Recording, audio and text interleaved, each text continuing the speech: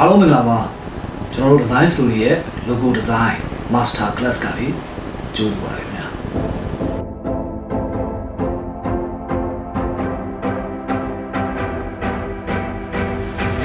Raster graphic က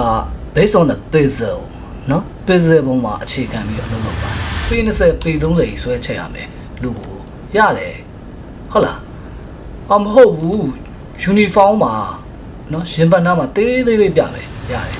ကျွန်တော်တို့အယောင်တွေကိုကျွန်တော်တို့ဘယ်လောက်ထိနော်အယောင်တွေပုံမှာဘယ်လောက်ထိခံစားနိုင်လဲ this one ဒီ color ဒီကျွန်တော်တို့က friendly ဖြစ်တဲ့ဟာကို support လုပ်ပေးနေတာသူ့ဒီအယောင်ကို support လုပ်ပေးနေတာအဲ့ဒါဆိုရင်ကျွန်တော်တို့ဒီနေ့ဒီ Apple logo လေးကိုဆွဲလိုက်တဲ့အချိန်မှာနော်ဆွဲလိုက်တဲ့အချိန်မှာ shortcut လေးတချို့ရသွားပြီပေါ့နော်မြင်နေရတဲ့ဒီ hue ဆိုတဲ့ gradient ရာနော် color cycle ကနေဆင်းသက်လာဆိုတာကျွန်တော်တို့သိကြကြပြီ graphic ကိုသွားမယ်ဆိုရင်အမှပန်တုံးကနော်သူ့မှာရနိုင်တဲ့ product တွေကိုဒီမှာ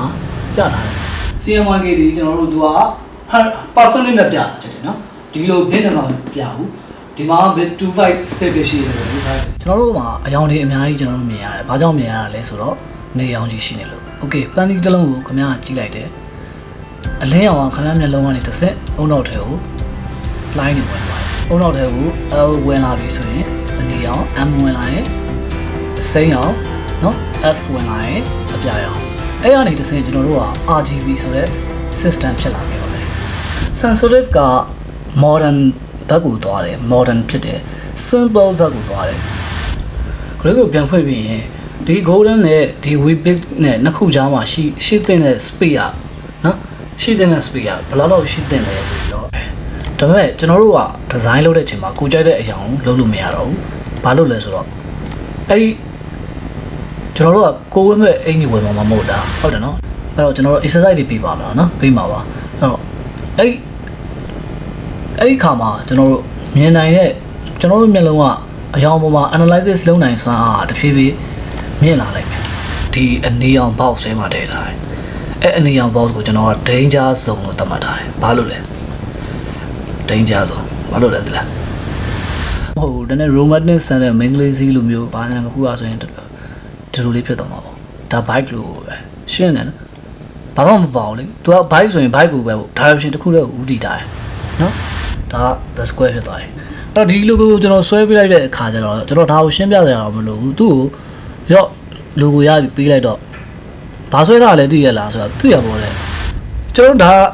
ဒီ story ကိုမပေးနိုင်ဘူးဆိုရင်ကျွန်တော်ဒါကြီးပဲသူ့ကိုသွားပြရင်တော့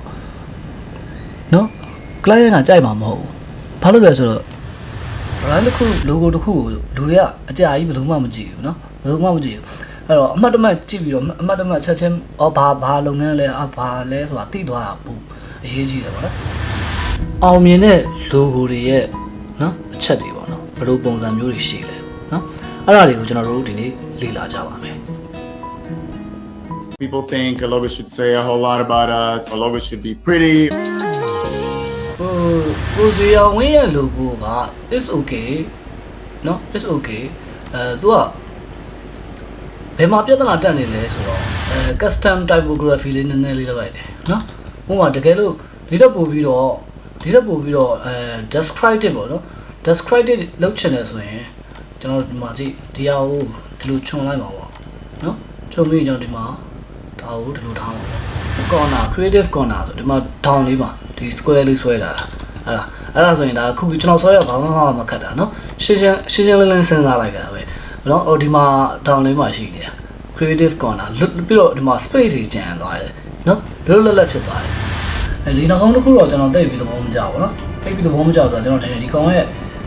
industry ပေါ့နော် color တစ်ခုမှာကျွန်တော်တို့ကဒီမှာ nature tone တွေ industry ပျော့တာတွေကိုယူထားပြီးတော့ဒီမှာသွားပြီးတော့ stick တော့ဒါတွေအားလုံးလုံးဝကျွန်တော်တို့ရွေးခဲ့တဲ့ color palette တွေ typography logo တွေ graphic element တွေနဲ့တညီတဲ့ design ကိုတူတူလေးတွေထုတ်လိုက်တဲ့အခါမှာ brand ကပို့ပြီးတော့ visual communication လုပ်လို့ရတယ်အဲ့တော့ဒီလို mock up တွေလုပ်တဲ့အခါမှာကိုလိုချင်တဲ့ဥပမာပါကျွန်တော်ပြောရဆိုရင်ဒီမှာဆိုရင်ရှမ်းပြည်မှာ ပုံစံမျိုးလေးပေါ့နော်တောင်လေးနဲ့ဒီမှာဆိုရင်ဒါယူရိုပုံစံမျိုးတကယ်လို့ရန်ကုန်ပုံစံမျိုးရှာမှာဆိုရင်တကယ်လို့ move boat sorry mock up ရှာခတ်တယ်ဆိုရင်ကျွန်တော်ပုံမဲရှာလို့ရတယ်ပေါ့နော်ပုံမဲရှာပြီးထည့်လို့ရတယ်အဲ့တော့ဒီမှာဆိုရင်ကျွန်တော်ဒီမှာလုံလေးကိုကျွန်တော်လည်းရှင်းပြမယ်ဒီမှာရှင်းရမယ်ဖတ်ရတာအဆင်ပြေရမယ်ဟုတ်ပြီနော်ဖတ်ရတာအဆင်ပြေရမယ်ပြီးတော့ရင်နောက်တစ်ခုကခင်ဗျားတို့ရဲ့ဖုန်းကိုကင်မရာကိုဖွင့်လိုက်ပါဖွင့်ပြီးအဲ့မှာ QR code ကလေးကိုချိန်ကြည့်လိုက်ပါเนาะကျွန်တော်တို့လိပ်စာကတ်ကနေစလိုက်တာเนาะ mock up လေးတွေဘယ်လိုလုပ်မလဲဆိုတာတော့ဆိုရင်တော်တော်ရှင်းရှင်းလင်းသိပြီလို့တူပါတယ်เนาะပြီးတော့ရင်ကျွန်တော်တို့ custom ပေါ့เนาะကျွန်တော်တို့ဒီမှာ mock up မဟုတ်ဘဲနဲ့ကျွန်တော်တို့ရှိနေတဲ့ပုံတစ်ပုံကိုပဲ mock up ပုံစံပြောင်းပလိုက်လို့ရပါတယ်เนาะဒါဆိုရင်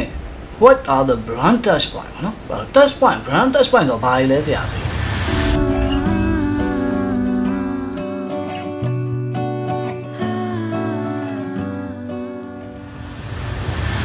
brand market construction ဆိုရင်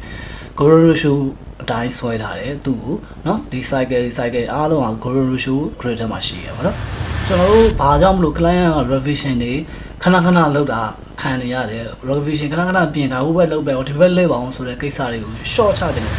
ငါပိုကောင်းအောင်လုပ်နိုင်သေးတာလုပ်နိုင်အောင်ကြိုးစားမယ်ဆိုရတော့ဘလောက်ပဲကောင်းမွန်တဲ့ option လေးဒါတော်တော်လေးချစ်စရာကောင်းသွားပြီဆိုတော့ဟာမျိုးဘယ်တော့မှမတွင်းနဲ့ဒီရက်ပို့ပြီးကောင်းအောင်ငါဘာလုပ်ရအောင်လဲဆိုတာပဲတွေးစာကြီးပဲရှိတဲ့ area နဲ့เนาะစာကြီးပဲရှိတဲ့ area နဲ့ဒီ logo အစကနေเนาะစာဒီနေရာဒီเนาะဒီမှာဆိုရင်ကျွန်တော်တို့ကเนาะဒီပေါ်သုံးကနေစပြီးတော့เนาะပေါ်သုံးနေစပြီးတော့ DT ကိုเนาะ DT က F ပေါ့เนาะပြီးဒီ logo ရဲ့ attributes တွေ brand personality ပေါ့အဲ့ဒါလေးအားလုံးနဲ့ရှင်းပြီးတော့မှ logo ပို့အားလုံးမင်္ဂလာပါကျွန်တော်တို့ design story ရဲ့ logo design master class ကလေးကြိုးပါတယ်ခင်ဗျာ